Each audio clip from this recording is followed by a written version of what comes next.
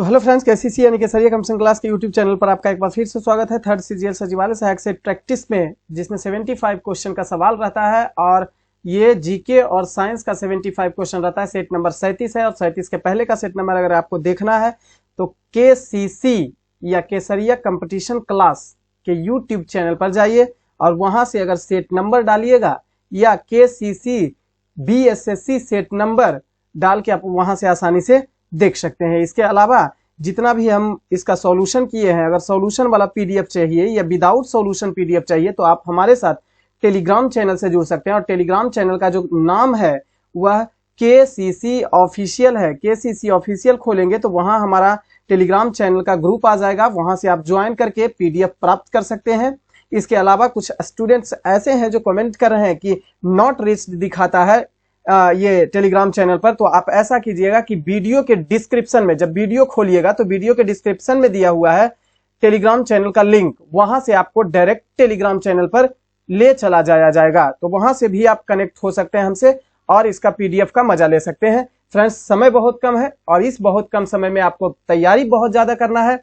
आपको ऐसे स्टूडेंट के साथ फाइट करना है जो पूरी तरीका से मैच्योर है। बेशक आप भी पूरी तरीका से मैच्योर होंगे, लेकिन फिर भी आप अपने तैयारी को नॉर्मल मान के, साधारण मान के उच्च से उच्च श्रेणी का तैयारी आप करें और बीएसएससी में निश्चित तौर पर आप सफलता प्राप्त कीजिए। इसके साथ ही ऐसे क्वेश्चन को भी आप डील करने का कोशिश कीजिए, हल करने का कोशिश कीजिए जो आपको मेंस में भी काम दे देगा, क्योंकि मेंस में बहुत ज्यादा लंबा समय भी आपको नहीं मिलेगा। हाँ, ये अलग बात है कि बिहार एसएससी का या बिहार स्टेट लेवल का एग्जाम का इतिहास ऐसा रहा है कि हो सकता है एग्जाम के बाद भी क्वेश्चन आउट हो जाए, उसके बाद फिर कैंसिल हो जाए। ये एक संभावित काउज है, संभावित कारण हो सकता है, लेकिन फिर भी आप ये मान के न चले।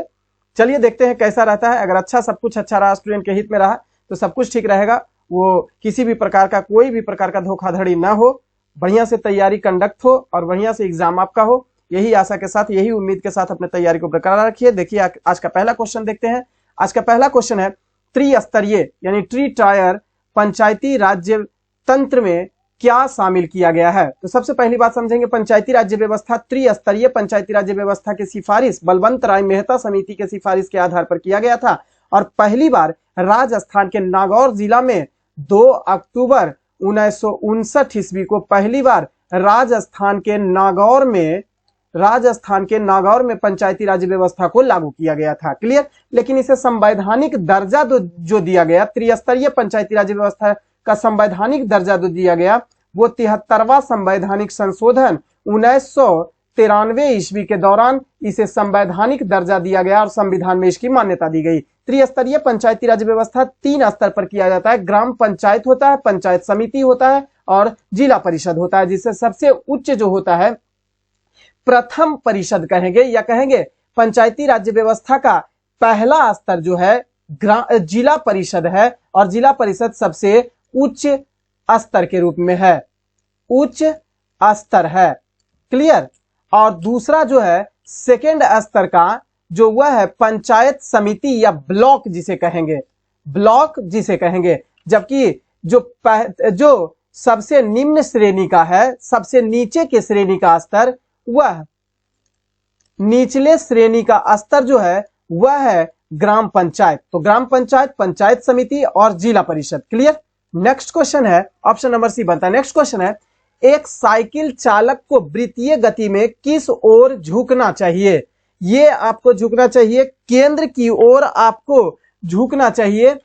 अगर आप साइकिल चला रहे हैं और आपको वृत्तीय गति लेना है तो ऐसे स्थिति में अपने स्थायित्व को बनाए रखने के लिए, अपने ग्रेविटी को बनाए हुए रखने के लिए आपको केंद्र की ओर झुकना बहुत ही जरूरी होता है, तभी आपका अपने स्थिति में संतुलन बन पाएगा। और ऐसा हम इसलिए कहते हैं क्योंकि हमें संतुलित होने के लिए अभिकेंद्रीय बल की आवश्यकता पड़ती है, अभिकेंद्रीय बल की आवश्यकता पड़ती है। और इसी अभिकेंद्रीय बल यानी सेंट्रीपेटल फोर्स को अचीव करने के लिए, प्राप्त करने के लिए हम लोग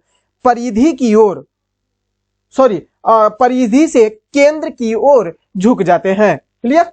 नेक्स्ट क्वेश्चन, संयुक्त राष्ट्र महासभा ने संयुक्त राष्ट्र मानवाधिकार परिषद में रूस की जगह किस देश को शामिल किया है। ध्यान देंगे, चेक गणराज्य को शामिल किया है। यह करंट अफेयर्स का क्वेश्चन है। क्लियर।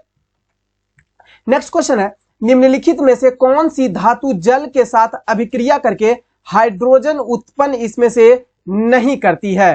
कौन सी धातु है जो जल के साथ अभिक्रिया कर देगी लेकिन हाइड्रोजन उत्पन्न नहीं करती है? ध्यान रखेंगे, कैडमियम हाइड्रोजन उत्पन्न करती नहीं है जल के साथ अभिक्रिया कराने पर। बाकी सभी धातुएं जो है जल के साथ जब अभिक्रिया करेगी तो हाइड्रोजन गैस की उत्पत्ति यानी हाइड्रोजन की उत्पत्ति निश्चित तौर पर करेगी।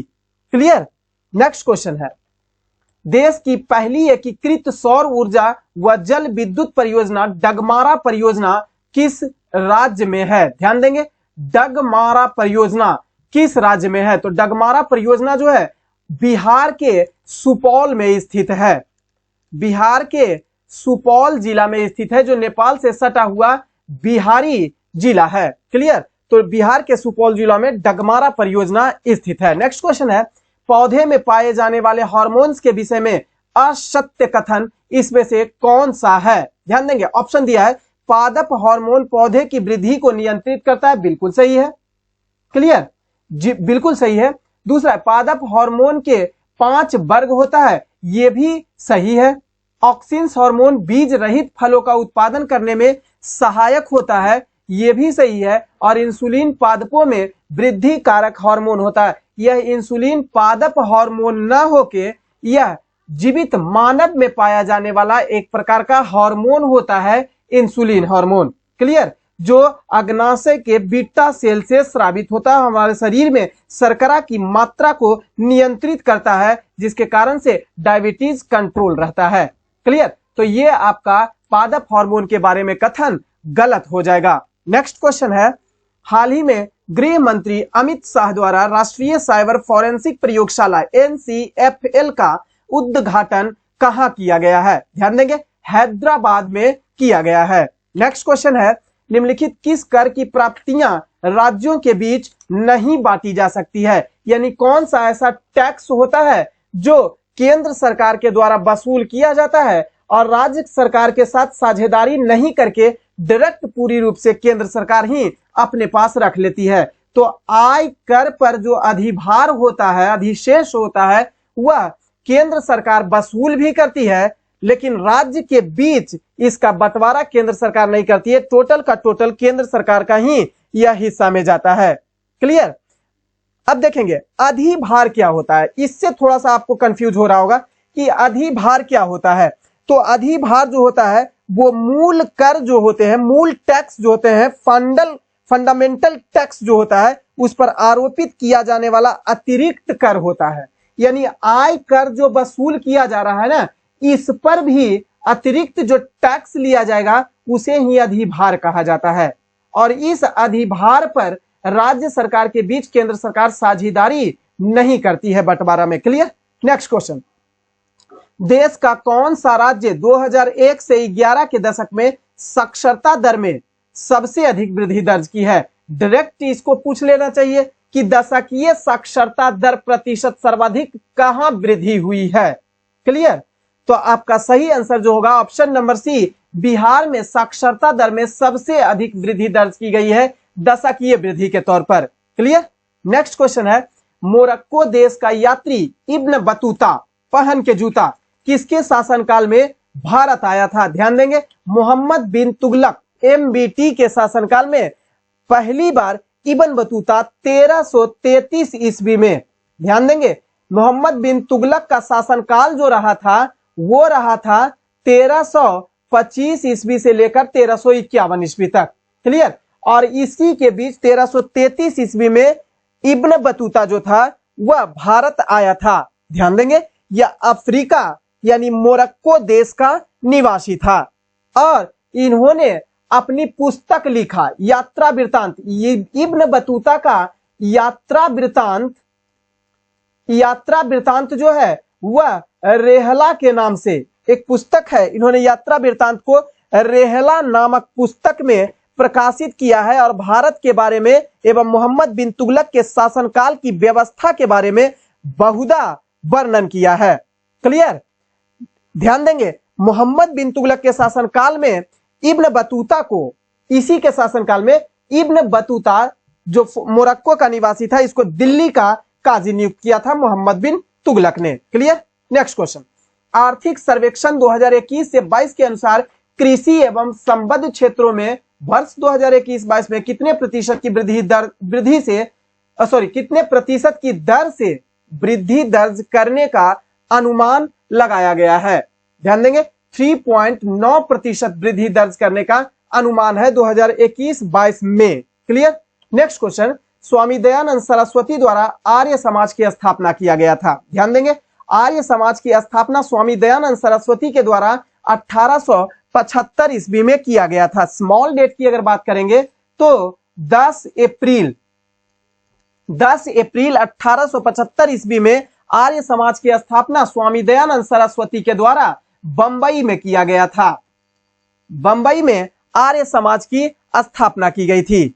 ध्यान देंगे, 1877 ईस्वी में इन्होंने आर्य समाज का मुख्यालय जो है वो बंबई से लाहौर बना दिया था। यह भी क्वेश्चन ध्यान रखेंगे कि सन 1875 ईस्वी में 77 ईस्वी में इसका जो स्थापना संस्थापक जो गठन हुआ था बंबई में, यहां से इसका मुख्यालय बंबई से बदल के 1877 ईस्वी में इसी का मुख्यालय, किसकी, आर्य समाज का मुख्यालय कहां कर दिया गया? लाहौर में कर दिया गया। आपसे क्वेश्चन इस प्रारूप में पूछेगा कि स्वामी दयानंद सरस्वती द्वारा आर्य समाज की स्थापना बंबई में की गई थी, बाद में इसकी राजधानी बाद में इसको स्थानांतरित करके इसका मुख्यालय कहां बना दिया गया? तो लाहौर बना दिया गया था 1877 ईस्वी में। क्लियर। नेक्स्ट क्वेश्चन है, वर्ष 2021 के लिए 57वां ज्ञानपीठ पुरस्कार दामोदर मौजू को किस भाषा के लिए दिया गया है?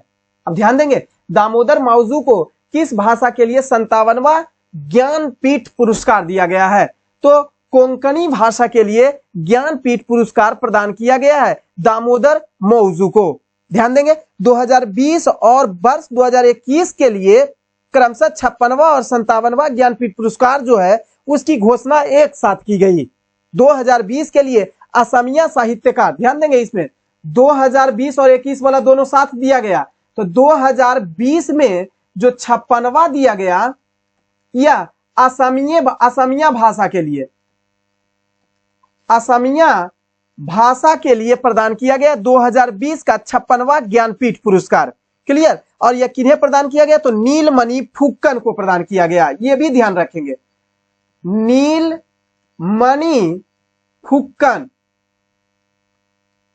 फुक्कन को 56वां ज्ञानपीठ पुरस्कार असमिया भाषा के लिए प्रदान किया गया, जबकि 2021 का 57वां ज्ञानपीठ पुरस्कार कोंकणी साहित्यकार दामोदर मौजू को दिए जाने की घोषणा किया गया है। क्लियर।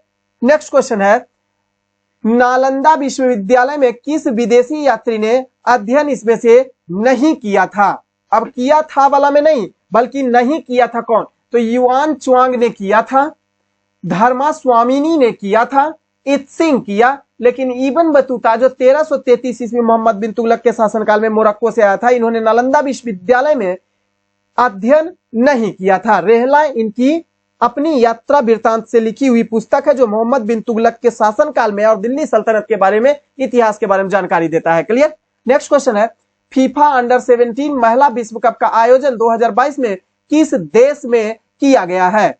ऑप्शन है भारत, इटली, ब्राजील और कतर। तो ध्यान देंगे, भारत में अंडर 17 महिला विश्व कप का आयोजन 2022 में किया गया है। यह भी आप ध्यान रखेंगे, यह अक्टूबर महीना में आयोजित किया गया 3 शहर में। इसका जो शहर है, भारत का 3 शहर, भुवनेश्वर, गोवा और मुंबई। भुवनेश्वर हो सकता है आपको छाटने वाला में दे दे कि कौन सा शहर में आयोजित नहीं किया गया, तो भुवनेश्वर हो गया, दूसरा है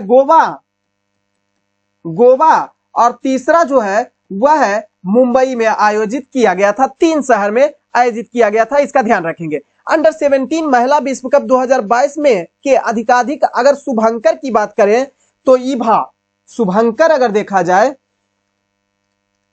शुभंकर की बात किया जाए तो ईभा इसका शुभंकर रहा था। इस बात का आप ध्यान देंगे। ईभा जो है, अब इसका पूछेगा ईभा क्या है, तो ईभा एशियाई शेरनी है जो महिला शक्ति का प्रतिनिधित्व करती है। क्लियर। नेक्स्ट क्वेश्चन है, बाल्को एल्यूमिनियम कंपनी की स्थापना किस देश की सहायता से हुई थी? तो तो ध्यान देंगे, बाल्को ही नहीं याद रखेंगे, आपको याद जो रखना है बाल्को, नाल्को, हिंडाल्को, माल्को, वेदांता या इंडाल्को, इस सभी को ध्यान रखना है। तो पहले तो बाल्को जो आपका दिया हुआ है, यह सोवियत संघ की सहायता से बाल्को की स्थापना, भारत में एल्यूमिनियम कंपनी की स्थापना किया गया था सोवियत संघ की सहायता से। क्लियर। और यह प्रमुख केंद्र जो रहा है, यह बाल्को का प्रमुख केंद्र जो रहा है, ध्यान देंगे तो कोरबा और कोयना रहा है, कोरबा तथा कोयना, कोरबा एवं कोयना जो छत्तीसगढ़ में है। क्लियर। अब इसके अलावा भी ध्यान रखेंगे नाल्को, और भी याद रखेंगे नाल्को के अलावा हिंडाल्को, हिंडाल्को, इसके अलावा भी याद रखेंगे इंडाल्को, एक तो हिंडाल्को हो गया, फिर इंडाल्को, इंडाल्को, इसके अलावा याद रखेंगे माल्को, माल्को, और इसके अलावा वेदांता, वेदांता याद रखेंगे।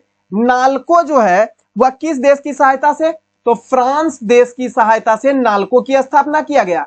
हिंडाल्को की स्थापना की बात किया जाए तो यूएसए की स्थापना, सभी एल्यूमिनियम कंपनी है भारत में, हिंडाल्को यूएसए की सहायता से, इंडाल्को की अगर बात किया जाए तो यह कनाडा की सहायता से, इंडाल्को, एगो हिंडाल्को, हिंडाल्को यूएसए और इंडाल्को कनाडा के सहयोग से। अब देखेंगे दोनों एक ही उत्तरी अमेरिका महादेश का देश है, यूएसए भी और कनाडा भी, तो हिंडाल्को यूएसए, इंडाल्को कनाडा। माल्को की अगर बात करेंगे तो इटली की सहायता से स्थापित किया गया भारत में एल्यूमिनियम कंपनी है, जबकि वेदांता जर्मनी की सहायता से स्थापित किया गया भारत में एल्यूमिनियम कंपनी है, ध्यान रखेंगे। नेक्स्ट क्वेश्चन है, निम्नलिखित में से कौन सा एक संघाई सहयोग संगठन, संघाई कॉरपोरेशन ऑर्गेनाइजेशन का सदस्य इसमें से नहीं है, इस बात का ध्यान देना है।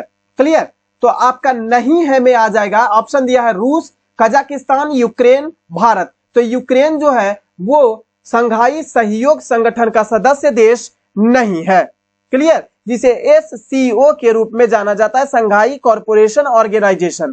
क्लियर। अब देखेंगे इस एससीओ की स्थापना जो हुई थी 1996 ईस्वी में, इस स्थापना 1996 ईस्वी में किया गया था। क्लियर। और किस देश, कौन सा देश इसका संस्थापक सदस्य था, तो ध्यान रखेंगे चीन, रूस, कजाकिस्तान, ताजिकिस्तान एवं किर्गिस्तान। इन सभी के नेताओं के द्वारा संघाई 5 के रूप में इसकी शुरुआत किया गया था। क्लियर। संघाई 5 के रूप में इसका शुरुआत किया गया था। बाद में 2021 में, अब पहले इसका 1996 ईस्वी में, यह भी ध्यान रखेंगे संघाई 5 के रूप में इसकी स्थापना किया गया था। बाद में 2001 में इसका नाम बदल के एससीओ कर दिया गया। Clear. Next question, 50 degree Celsius तापमान है, कितने फ़ारेनहाइट के बराबर होता है, तो ध्यान रखेंगे फॉर्मूला C/5 बराबर F-32/9 बराबर K-273/5 बराबर R/4। ये फॉर्मूला याद रखेंगे तो किसी एक स्तर पर आपका दिया हुआ रहेगा तो दूसरे आप स्तर का रूप में आप निकाल सकते हैं। जैसे सेल्सियस का मान दिया हुआ है और आपको निकालने के लिए करा है फ़ारेनहाइट वाला, तो सेल्सियस वाला स्केल और फ़ारेनहाइट वाला स्केल बराबर दोनों है तो दोनों को बराबर रखेंगे। C/5 बराबर F-32/9 हो जाएगा। अब C का मान दिया हुआ है सेल्सियस तापमान पर 50/10 हो जाएगा बराबर F-32/9 हो जाएगा। इससे कट जाएगा, 9×5 = 45 हो जाएगा बराबर F-32 हो जाएगा। F का मान आपका कितना आ जाएगा, इधर ही वाला माइनस पे प्लस जाएगा तो 7 और 4 3 7, यानी कि कह सकते हैं कि आपका मान जो आएगा, F का मान जो आपका आएगा वो आपका आएगा 4 3 7 5 2 7 77 डिग्री फ़ारेनहाइट में आ जाएगा। किसी भी तरीका का आपका मान इसमें नहीं दिया हुआ है, कोई दिक्कत नहीं है, नहीं दिया हुआ है तो ये वो ईओ वाला ऑप्शन बना लीजिए, ई वाला ऑप्शन में दे दीजिए इनमें से एक या इनमें से कोई नहीं। क्लियर। तो इनमें से कोई नहीं आपका हो जाएगा, यानी 77 डिग्री फ़ारेनहाइट हो जाएगा। क्लियर। नेक्स्ट क्वेश्चन है, हवाई अड्डों पर विमान चालकों को संकेत देने के लिए किस गैस का प्रयोग किया जाता है, तो हवाई अड्डों पर विमान चालकों को संकेत देने के लिए, इंडिकेट करने के लिए नियॉन गैस का प्रयोग किया जाता है। क्लियर। नियोन गैस का प्रयोग किया जाता है। नेक्स्ट क्वेश्चन है, बिहार के तुगलक काल के सर्वाधिक महत्वपूर्ण प्रशासक मलिक इब्राहिम मलिक बया का मकबरा कहां स्थित है? ऑप्शन में है दिल्ली में, बिहार शरीफ में, पटना में या दरभंगा में। सही आंसर हो जाएगा option number B, Bihar Sharif में स्थित है। क्लियर। नेक्स्ट क्वेश्चन है, एजरा कप किस खेल से संबंधित है? खूब क्वेश्चन पूछता है। एजरा कप पोलो खेल से संबंधित एक शब्द होता है। अब ध्यान देंगे, जो ब्रिज खेल से संबंधित है होलकर ट्रॉफी, याद रखेंगे होलकर ट्रॉफी। एजरा कप पोलो से, होलकर ट्रॉफी ब्रिज से संबंधित होता है। क्लियर। अब ध्यान देंगे, एजरा कप जो है वो भारत में सालाना जो है वो कलकत्ता पोलो क्लब द्वारा आयोजित किया जाता है प्रत्येक साल। पोलो खेल जो एजरा कप है पोलो से संबंधित, यह कलकत्ता के द्वारा अब कलकत्ता पीलो क्लब, कलकत्ता पोलो क्लब की सहायता से प्रत्येक साल आयोजित किया जाने वाला एक प्रकार का टूर्नामेंट होता है। क्लियर। नेक्स्ट क्वेश्चन है, भारत ने राष्ट्रपति की निर्वाचन प्रक्रिया में संशोधन करने के लिए संबंधित विधेयक को पारित किया जाना चाहिए। कितने बहुमत से पारित किया जाना चाहिए इसकी चर्चा किया है। ध्यान देंगे, ऑप्शन में है लोकसभा के 2/3 बहुमत से, बिल्कुल गलत है। अब इसमें निर्वाचन प्रक्रिया में संशोधन करने के लिए संबंधित विधेयक को, अगर निर्वाचन प्रक्रिया से संबंधित विधेयक है तो उसको संशोधन करने के लिए किस प्रकार के विधेयक को पारित किया जाता है? तो लोकसभा के 2/3 बहुमत से नहीं, राज्यसभा के 2/3 बहुमत से नहीं, संसद के दोनों सदनों के 2/3 बहुमत से नहीं। संसद के दोनों सदनों के 2/3 बहुमत तो होगा ही, साथ ही साथ आधे से अधिक राज्य के अनुमोदन वाला जो संशोधन होगा, इन्हें विशेष बहुमत वाला संशोधन, इसका शॉर्टली नाम याद रखेंगे विशेष बहुमत। विशेष बहुमत वाला संशोधन, विशेष बहुमत वाला संशोधन ऑप्शन नंबर डी हो जाएगा। नेक्स्ट क्वेश्चन है, निम्नलिखित में से किस वीटो शक्ति का प्रयोग भारत के राष्ट्रपति द्वारा नहीं किया जाता है? ऑप्शन में आपका दिया हुआ है निलंबनकारी वीटो, पॉकेट वीटो, वैशेषिक वीटो या अत्यंतिक वीटो। तो ध्यान रखेंगे ऑप्शन नंबर सी में जो है विशेषिक वीटो का प्रयोग भारत के राष्ट्रपति के द्वारा नहीं किया जाता है। वीटो शक्तियां को कुल 4 वर्ग में विभाजित किया गया। एक तो अत्यंतिक वीटो हो ही गया। अत्यंतिक वीटो जो होता है ऑप्शन नंबर डी में देखेंगे तो अत्यंतिक वीटो जो होता है वो विधायिका द्वारा पारित विधेयक पर अपनी राय सुरक्षित रखता है। विधेयिका द्वारा पारित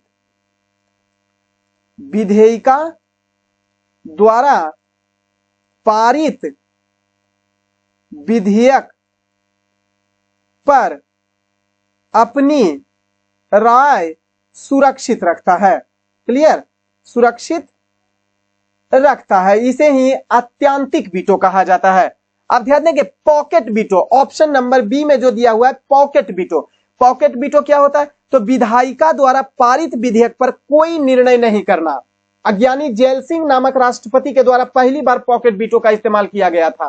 क्लियर।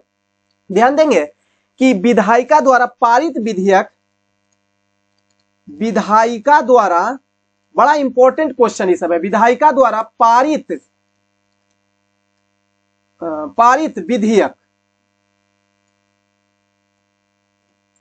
विधेयक पर, विधेयिका द्वारा पारित विधेयक पर कोई निर्णय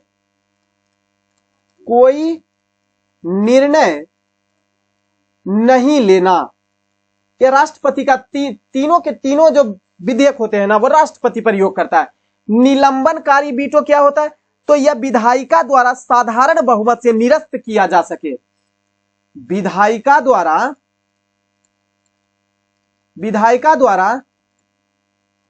साधारण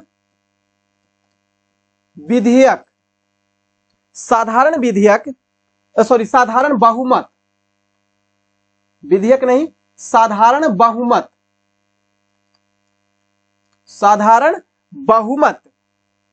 से निरस्त किया जा सके।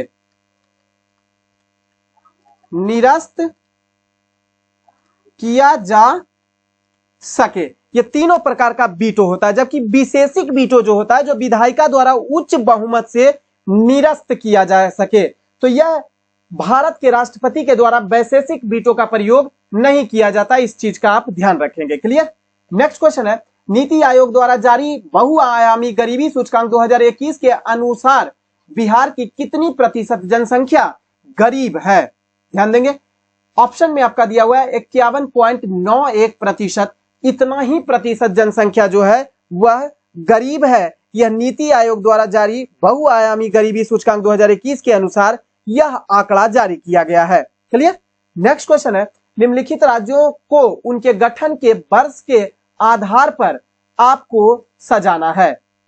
गठन के वर्ष के आधार पर आपको सजाना है।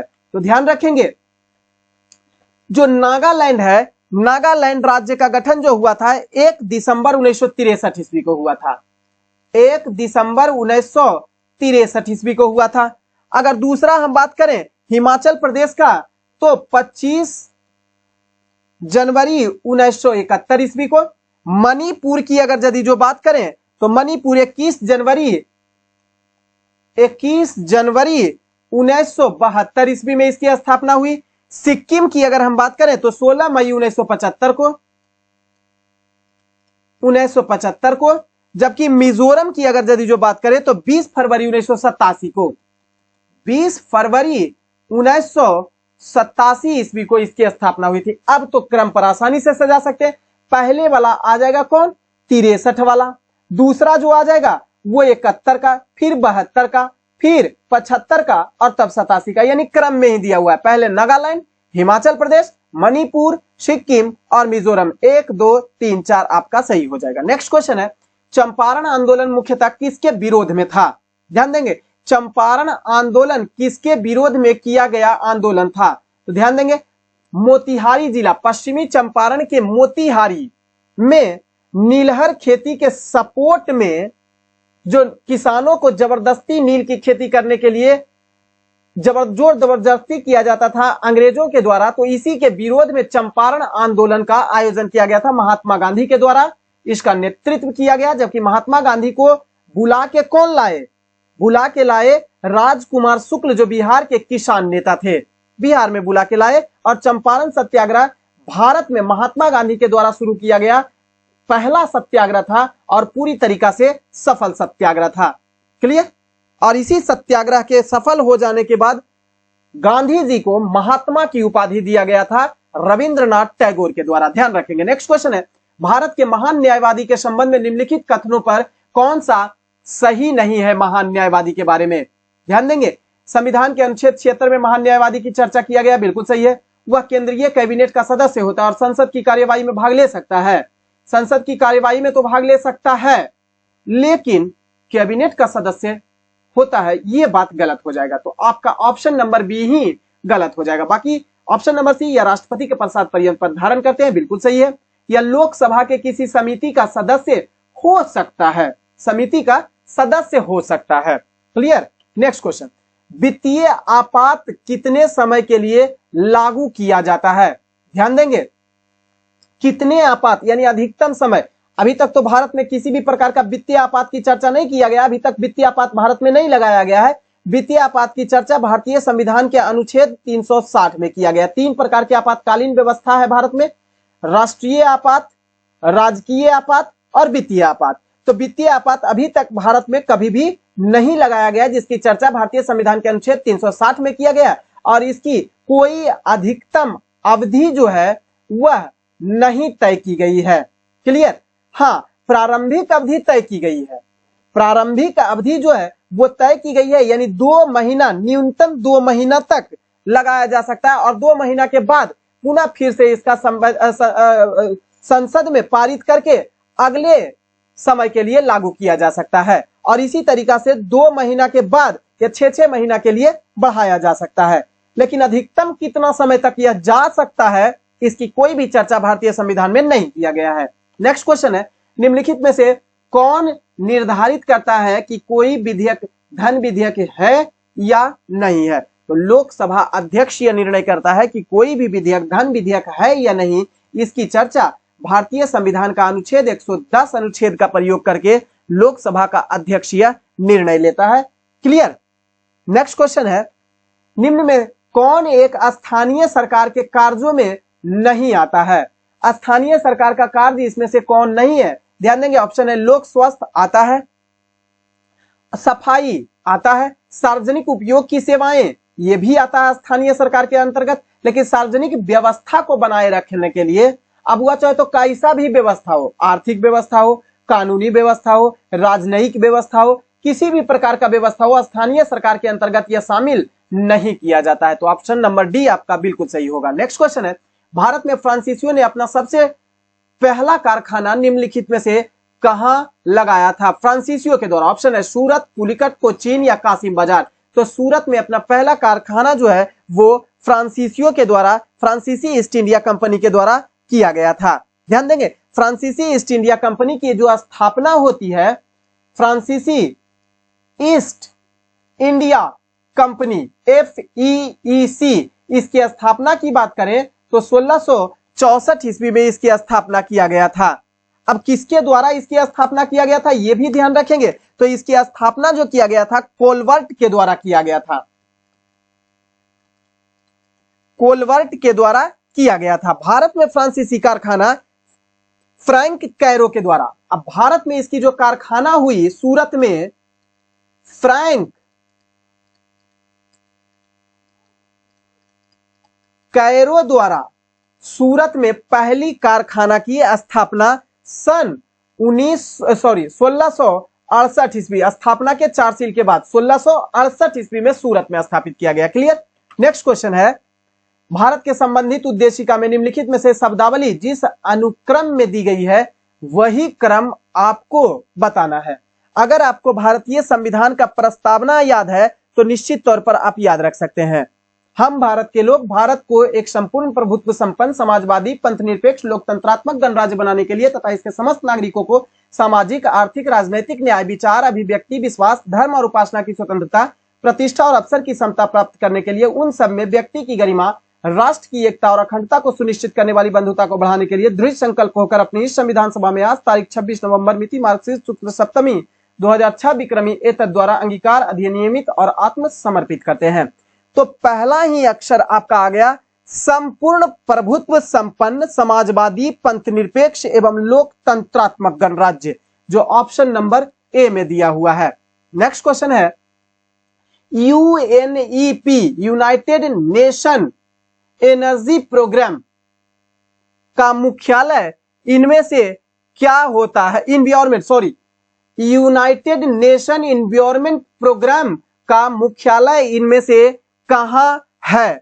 तो ध्यान देंगे, इसका मुख्यालय नैरोबी, केन्या देश में, केन्या की राजधानी नैरोबी में इसका मुख्यालय है। ध्यान देंगे, UNEP जो है वह यूनाइटेड नेशन का एक कह सकते हैं संस्था है जिसकी स्थापना सन 1972 ईस्वी में किया गया था। क्लियर। नेक्स्ट क्वेश्चन है, मई 2022 में हुई नियुक्तियों में से कौन सुमेलित है इसमें से?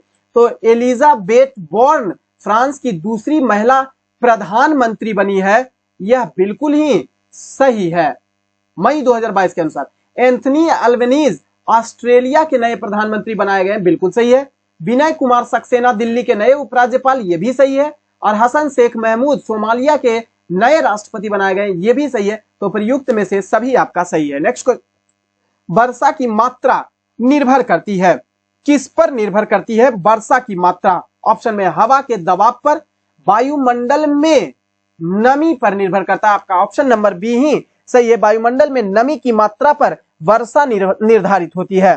क्लियर। नेक्स्ट क्वेश्चन है, मादा युग्मक को आप क्या कहिएगा? मादा युग्मक जो होता है उसे किस रूप में जाना जाता है? तो अंडाणु के रूप में जाना जाता है, ओवरी के रूप में जाना जाता है। क्लियर। नेक्स्ट क्वेश्चन, जब हम अपने बिजली बिल का भुगतान करते हैं तो इस किसके लिए भुगतान करते हैं? ऑप्शन में उपयोग हुए आवेश यानी चार्ज के लिए, उपयोग हुए विद्युत यानी करंट के लिए, उपयोग हुए शक्ति यानी पावर के लिए, या उपयोग हुए ऊर्जा के लिए इसका प्रयोग करते हैं। तो आपका सही आंसर हो जाएगा ऑप्शन नंबर डी, उपयोग हुए ऊर्जा यानी एनर्जी के लिए किलोवाट घंटा के रूप में हम इलेक्ट्रिक बिल प्रोवाइड करते हैं। क्लियर। नेक्स्ट क्वेश्चन है कि सबसे मीठी चीनी इसमें से कौन सी होती है? ध्यान देंगे, सबसे मीठी चीनी फ्रुक्टोज होती है। फ्रुक्टोज जो होती है अब इसमें ऑप्शन डी में दिया हुआ है सुक्रोज। इसे सामान्य चीनी के नाम से इसे जाना जाता है। अब इसकी तुलना में या सुक्रोज की तुलना में फ्रुक्टोज जो होता है वो लगभग 2 गुना, एक्यूरेट कहेंगे तो 1.7 गुना ग्लूकोज और 0.74 गुना तथा माल्टोज जो होता है वो 0.4 गुना मीठा होता है। अतः फ्रुक्टोज जो होता है वह सबसे मीठा स्वीटेस्ट शुगर होता है। ऑप्शन नंबर ए, फल के रस से प्राप्त किया जाता है फ्रुक्टोज को। नेक्स्ट क्वेश्चन है, कौन लसिका का कार्य नहीं होता है? लिम्फ। कौन होता है जो लिम्फ यानी लसिका का कार्य है? आपका ऑप्शन में दिया हुआ है। लसिका जो होता है, ऑप्शन में दिया हुआ है, लसिका में उपस्थित लिम्फोसाइट्स हानिकारक जीवाणुओं का भक्षण करके रोगों के रोकथाम में सहायक होता है। बिल्कुल सही है। लसिका लिम्फोसाइट्स का निर्माण करती है, तभी तो यह हानिकारक विषाणुओं को, जीवाणुओं को मार भक्षण कर जाती है और पचा डालती है। लसिका घाव भरने में भी सहायता करती है, तो प्रयुक्त सभी काम लसिका का होता है। नेक्स्ट क्वेश्चन है, कौन मानव शरीर की सबसे छोटी हड्डी होती है? स्टेपिस जो कान की हड्डी होती है, जो सबसे छोटी हड्डी होती है, लेकिन सबसे बड़ी हड्डी की कान में 3 प्रकार की हड्डी, मेलियस, इनकस और अस्टेपस। जो अस्टेपस होती है वो सबसे छोटी हड्डी होती है, जबकि सबसे बड़ी हड्डी होती है फीमर, जो जांघ में पाई जाने वाली हड्डी होती है। नेक्स्ट क्वेश्चन है, सौर ऊर्जा एटीपी में बदलती है। सौर ऊर्जा एटीपी में क्लोरोप्लास्ट जो होता है वो उसके द्वारा एटीपी के रूप में सौर ऊर्जा को बदल दिया जाता है। यानी क्लोरोप्लास्ट के द्वारा सौर ऊर्जा को एटीपी, एडिनोसिन ट्राइफॉस्फेट में बदल दिया जाता है। क्लियर। नेक्स्ट क्वेश्चन है, सबसे बड़ा स्तनधारी संसार में कौन सा है? आपका सही आंसर जो होगा वो व्हेल मछली जो है वो सबसे बड़ा स्तनधारी के रूप में देखा जाता है। ध्यान देंगे, ब्लू व्हेल जिसे कहा जाता है, ब्लू व्हेल पृथ्वी पर पाया जाने वाला सबसे बड़ा स्तनपायी जीव होता है। अगर इसकी लंबाई की हम बात करें तो 33 मीटर लंबा होता है। लंबाई की अगर बात करें तो 33 मीटर तक यह लंबा हो सकता है और इससे भी अधिक हो सकता है। इसके अलावा इसका वजन जो होता है 180 मीट्रिक टन से भी अधिक हो सकता है। वजन की अगर बात करें तो 180 मीट्रिक टन इसका वजन होता है। इस बात का भी ध्यान रखेंगे, 180 मीट्रिक टन। नेक्स्ट क्वेश्चन है, सबसे अधिक क्रियाशील धातु इसमें से कौन सी होती है जो सबसे अधिक क्रियाशील होती है? ध्यान रखेंगे, पोटेशियम। पहले भी बताए थे कि काशीनाथ का माली ट्रिक में जो क्रियाशीलता के बढ़ते से घटते क्रम की ओर है। काशीनाथ का माली आलू जरा फीका पकाता है, आलू जरा फीका पकाता है। उसके बाद काशीनाथ कहता है, कौन ऐसा बोलता है जी, कौन है जी, आगे आओ, आगे आओ। ये क्रियाशीलता, धातुओं की क्रियाशीलता के बढ़ते से घटते क्रम की ओर है। काशी से याद रखेंगे आप पोटेशियम यानी के, और नाथ से याद रखेंगे सोडियम Na, और का से याद रखेंगे Ca कैल्शियम, माली से याद रखेंगे मैंगनीज, आलू से याद रखेंगे Al एल्यूमिनियम, जरा से याद रखेंगे Zn, फीका से याद रखेंगे Fe, पकाता से याद रखेंगे Pb, और है से हाइड्रोजन याद रखेंगे। क्लियर। कौन से याद रखेंगे Cu यानी कॉपर, है से याद रखेंगे आप Hg, हैजी है तो Hg, और आगे से याद रखेंगे Ag, और आओ से याद रखेंगे Au। क्लियर। नेक्स्ट क्वेश्चन है, सिगरेट लाइटर में निम्नलिखित में से कौन सी गैस प्रयुक्त होती है? तो सिगरेट लाइट में जो होता है वो ब्यूटेन गैस का इस्तेमाल किया जाता है। नेक्स्ट क्वेश्चन है, भारत में सर्वप्रथम न्यूनतम समर्थन मूल्य MSP marginal standing minimum support price की अवधारणा यहाँ पे की है कि अवधारणा को किस समिति की सिफारिश के आधार पर लागू किया गया था? ध्यान देंगे, लक्ष्मीकांत झा समिति के सिफारिश के आधार पर MSP को लागू किया गया था सन 1965 ईस्वी में। क्लियर। नेक्स्ट क्वेश्चन है, हाल ही में प्रकाशित पुस्तक और लेखक का मिलान आपको करना है। Ruskin Bond listen to your heart the London adventure पुस्तक के लेखक हैं। Preeti Shenoy a place called home के लेखक हैं। Bimal Jalan, the Indian story पुस्तक के लेखक, सभी आपका सही मिलान किया हुआ है। नेक्स्ट क्वेश्चन है, निम्नलिखित किस बल के कारण दूध से क्रीम को पृथक कर लिया जाता है? तो दूध से क्रीम को पृथक करने के लिए अपकेंद्रीय बल सेंट्रीफ्यूगल फोर्स का इस्तेमाल किया जाता है। नेक्स्ट क्वेश्चन है, कौन सी मूल भौतिक राशि इसमें से नहीं है? मूल भौतिक राशि के अंतर्गत अगर यदि जो देखा जाए तो आप ध्यान रखिएगा, मूल भौतिक राशि इसमें से नहीं है, तो वेग किसी भी प्रकार का मूल भौतिक राशि नहीं होता है। अब याद रखें कौन कौन है, तो ज्योति, सदा, पाताल, विजय, करती है। ये ट्रिक आप याद रखिएगा, करती है को साइलेंट में रखिएगा, बाकी सब यूज हो जाएगा। ज्योति तीव्रता, ये सभी जो है 7 प्रकार का मूल भौतिक राशि है जिसकी चर्चा कर रहे हैं। ज्योति तीव्रता, स से याद रखेंगे समय, द से याद रखेंगे द्रव्यमान, पा से याद रखेंगे पदार्थ, त से याद रखेंगे तापमान, ल से याद रखेंगे लंबाई और विजय से याद रखेंगे विद्युत धारा। क्लियर? 1 2 3 4 5 6 7 8 प्रकार का यह मूल भौतिक राशि के अंतर्गत शामिल किया जाता है। क्लियर? नेक्स्ट क्वेश्चन है, जल विद्युत का उत्पादन किस सिद्धांत पर कार्य करता है? तो जल विद्युत का उत्पादन जो होता है वो गुरुत्वीय स्थितिज ऊर्जा और ऊर्जा संरक्षण सिद्धांत दोनों पर आधारित होता है। नेक्स्ट क्वेश्चन है, क्रिस्टलीकरण निम्नलिखित में से किसका उदाहरण इसमें से होता है? तो भौतिक राशि का उदाहरण क्रिस्टलीकरण होता है। अब क्रिस्टलीकरण का मतलब समझेंगे, जब पानी है, पानी को जमा दीजिए आप और जमा के उसको बर्फ बना दीजिए तो वो क्रिस्टल के रूप में हो गया। क्लियर? आप पुनः फिर उसको वापस ला सकते हैं आप, तो यह भौतिक राशि होता है। बाजरा का सर्वाधिक उत्पादक राज्य जो है वर्तमान समय में कौन सा है? तो राजस्थान वर्तमान समय में बाजरा के उत्पादन में पहले स्थान पर है। क्लियर? नेक्स्ट क्वेश्चन है, गन्ने की उचित एवं लाभप्रद कीमत FRP को निम्नलिखित में से कौन अनुमोदित करता है? ध्यान देंगे, आर्थिक मामलों के मंत्रिमंडलीय समिति के द्वारा इसका निर्धारण किया जाता है। ऑप्शन नंबर ए बिल्कुल सही होगा, गन्ने की उचित एवं लाभप्रद कीमत। अब ध्यान देंगे, इसी में आ जाएगा कृषि लागत एवं मूल्य आयोग, बाकी सभी उत्पाद पर, लेकिन गन्ना पर उचित एवं लाभप्रद कीमत का निर्धारण करना है तो आर्थिक मामलों की मंत्रिमंडलीय समिति के द्वारा किया जाता है। नेक्स्ट क्वेश्चन है, आजाद हिंद फौज की स्थापना का श्रेय किसे दिया जाता है? ध्यान रखेंगे, रास बिहारी बोस के द्वारा आजाद हिंद फौज की स्थापना किया गया था और पहले डिवीजन की स्थापना 1 सितंबर 1942 ईस्वी को 1 सितंबर 1942 ईस्वी को आजाद हिंद फौज के पहले डिवीजन का गठन किया गया था। अब यह भी ध्यान रखेंगे, यह कैप्टन, अब क्वेश्चन पूछेगा किसके मन का उपज था? तो कैप्टन मोहन सिंह के मन की उपज थी यह, कैप्टन मोहन सिंह के मन का यह उपज था।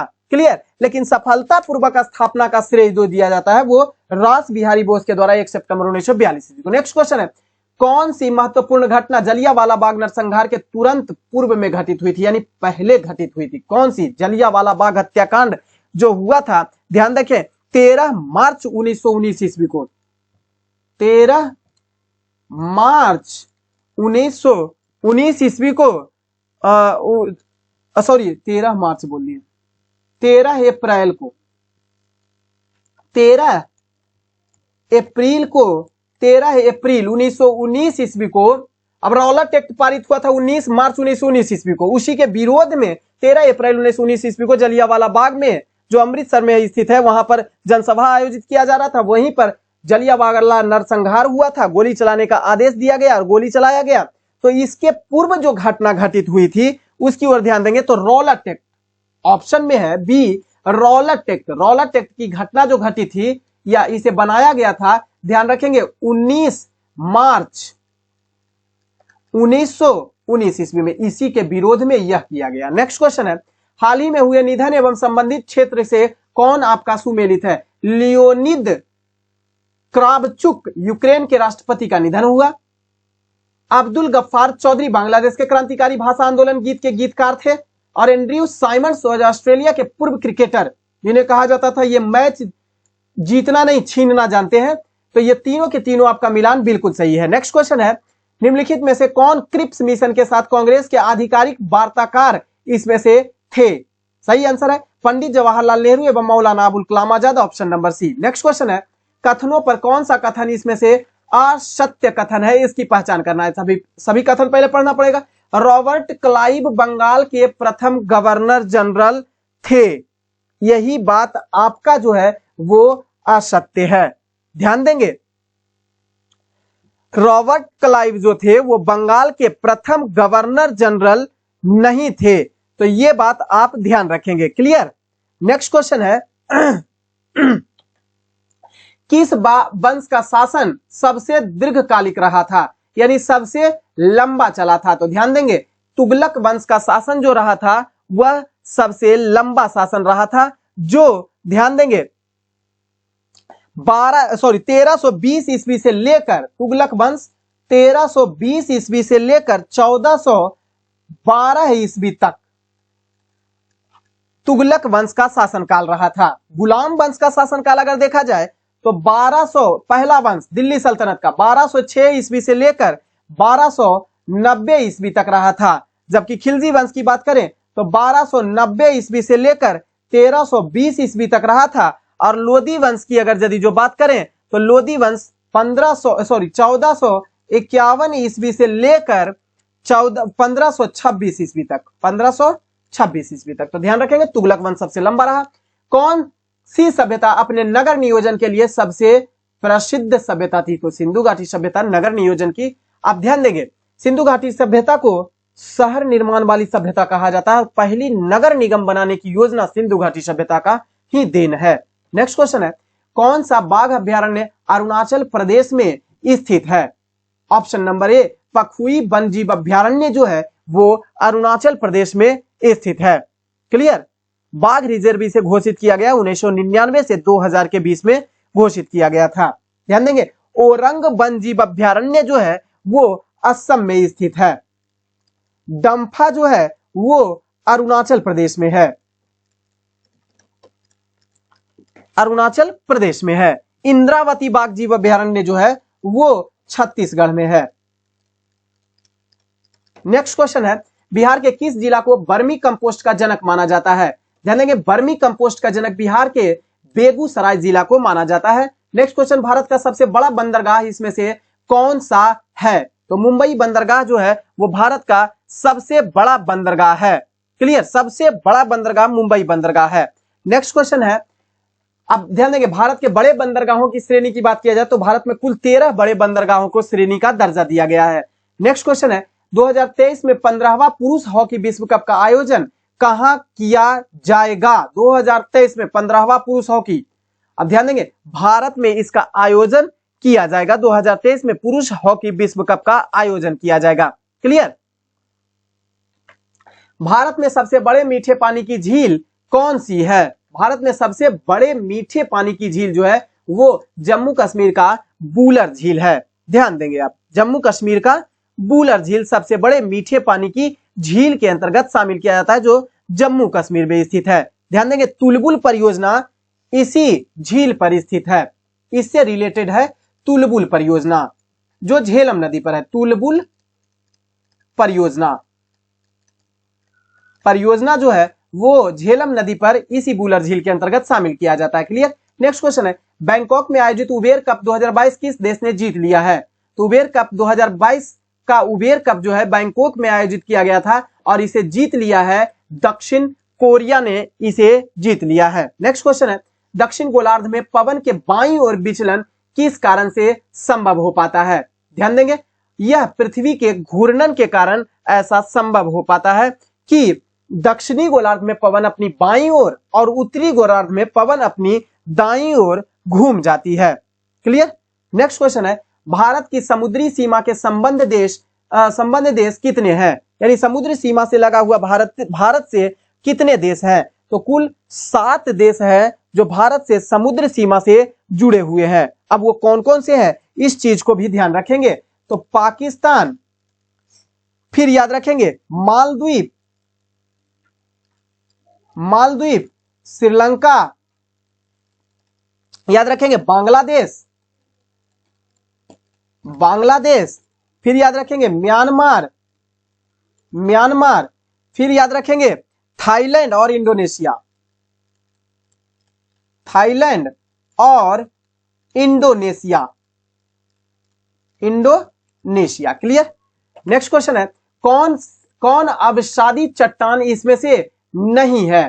तो डायरोमाइट जो है वह अवसादी चट्टान का उदाहरण नहीं है, बाकी का बलुआ पत्थर है, नमक की चट्टान और कांग्लोमेरेट, ये सभी अवसादी चट्टान के प्रकार होते हैं। नेक्स्ट क्वेश्चन है, विषुवत रेखा निम्नलिखित में से किस देश से होकर नहीं गुजरती है? तो बोत्सवाना से होकर विषुवत रेखा दिए गए ऑप्शन के अनुसार केन्या से है, सोमालिया से है, मालदीव से है, लेकिन आप ध्यान रखें कि बोत्सवाना से नहीं होकर गुजरती है विषुवत रेखा। अब ध्यान देंगे, केन्या, सोमालिया और मालदीव तो है, इसके अलावा भी याद रखेंगे इक्वाडोर, इक्वाडोर, डोर आपका हो गया इक्वाडोर। उसके बाद आप याद रखेंगे कोलंबिया, कोलंबिया ऐसा ही बोल देते हैं, केवल बोल देते हैं, आप याद रखिएगा।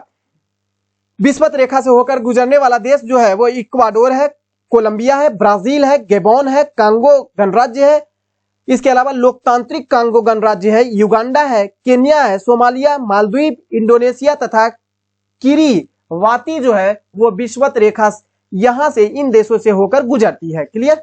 अब विषुवत रेखा 0 डिग्री अक्षांश को विषुवत रेखा के नाम से जाना जाता है। तो हो सकता है आपसे क्वेश्चन ये भी पूछ सकता है कि 0 डिग्री अक्षांश जो होता है किन देश से होकर गुजरता है या नहीं गुजरता है? तो ध्यान रखेंगे 0 डिग्री अक्षांश को ही विषुवत रेखा कहा जाता है। नेक्स्ट क्वेश्चन है, पृथ्वी के निकटतम ग्रह कौन सा होता है?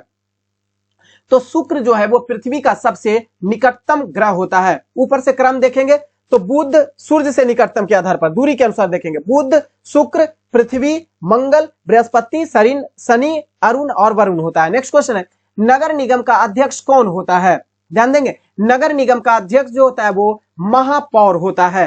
नेक्स्ट क्वेश्चन है, मई 2022 में पूर्व राष्ट्रपति रामनाथ कोविंद ने किस देश की संसद के दोनों सदनों की संयुक्त बैठक को संबोधित किया था?